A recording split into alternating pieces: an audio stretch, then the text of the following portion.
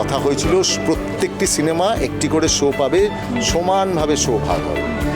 তাই প্রত্যেকটি সিনেমা রিলিজের আগে কিন্তু প্রত্যেক প্রযোজকের কাছে সেই সিনেমাই সেরা, প্রত্যেকটি সিনেমা সেরা। তাই প্রত্যেকটি সিনেমাকে সমানভাবে সুযোগ দেওয়া উচিত। যেভাবে অঙ্ক কি কঠিন জায়গা পায়, যেভাবে পুতুল নাচের ইতিকথা জায়গা পাবে, যেভাবে আজকে হাসানদার ছবিও জায়গা পাবে, সেইভাবে আমাদের ছবিও জায়গা পাবে, সমানভাবে জায়গা পাবে। সেখানে আমাদের লড়াই করতে হবে কেন, আমাদের কেন ভাবতে হবে? সব ছবিকে সমানভাবে দেখা উচিত।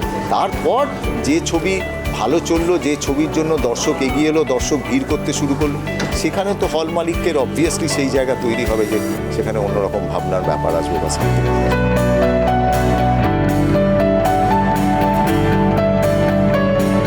বিশ্বাস যে আয়েশাকে সবার ভালো লাগবে, কারণ আমি আগেও বলেছিলাম যে একটা মারকাটারি অ্যাকশন ছবি, সেখানে এত ফাইট, এত চেজ, এ ওকে মারছে, কে কাকে পিছিয়ে দিচ্ছে কখন রেসে, তার মধ্যে আমার মনে হয় ভালোবাসার যে বন্ধনটা সেটা আয়েশা গড়ে তুলবে ছবি জুড়ে। সো আমার মনে হয় সেই জায়গা থেকে আয়েশা সবার মন কাটতে পারবে।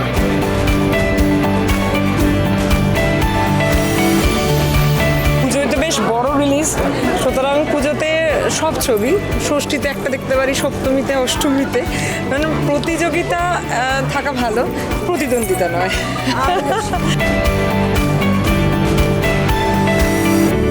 রক্তবীজ তো আমি দেখেইছি, রক্তবীজ টু একদম মানে কি বলবো, আই ব্রেক করে দেবে, এত কিছু টুইস্ট, সে তো আমিও জানতাম না, কাঞ্চনও বলেনি।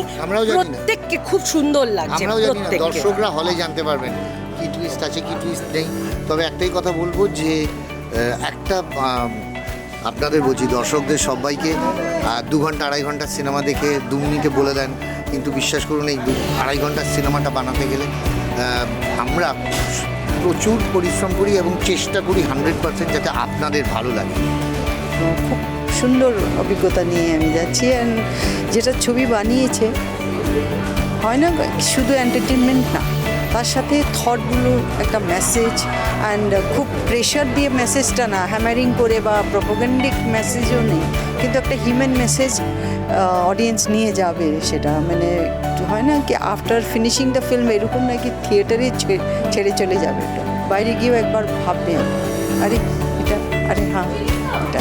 সো খুব ইন্টারেস্টিং, অ্যান্ড অডিয়েন্স খুব ভালো লাগবে।